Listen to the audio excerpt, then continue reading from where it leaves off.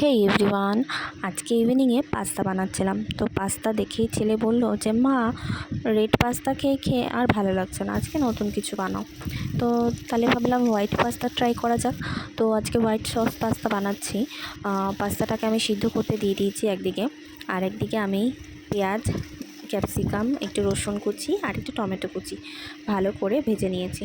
Golden brown করে ভালো করে ভেজে একটু নুনও অ্যাড করে নিয়েছি। অ্যাড করে ভাজা হওয়ার পর আমি এটা নামিয়ে আবার তেল গরম করে তাতে একটা ডিম ফাটিয়ে ডিমটাও ভেজে নিয়েছি। আমি কর্নটা অ্যাড করতে ভুলে গেছিলাম, তো তারপরে আবার একটু সাদা তেল দিয়ে আবার কর্নটাকেও ভেজে নিয়েছি। তোমরা চাইলে বাটারে ভেজে নিতে পারো, তাহলে টেস্টটা আরও ভালো হয়।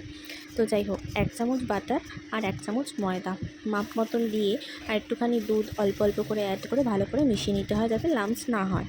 তো মিশিয়ে সেটার মধ্যে আমি সব সবজিগুলো দিয়ে দিয়েছি। সবজিগুলো দেওয়ার পর একটু চিলি ফ্লেক্স, একটুখানি গোলমরিচ গুঁড়ো, একটু অরিগ্যানো সব কিছু অ্যাড করে ভালো করে নাড়াচাড়া করে নিয়েছি। মাঝখানে আমি একটু দুধ অ্যাড করেছি, কারণ একটু গাঢ় হয়ে গেছিলো।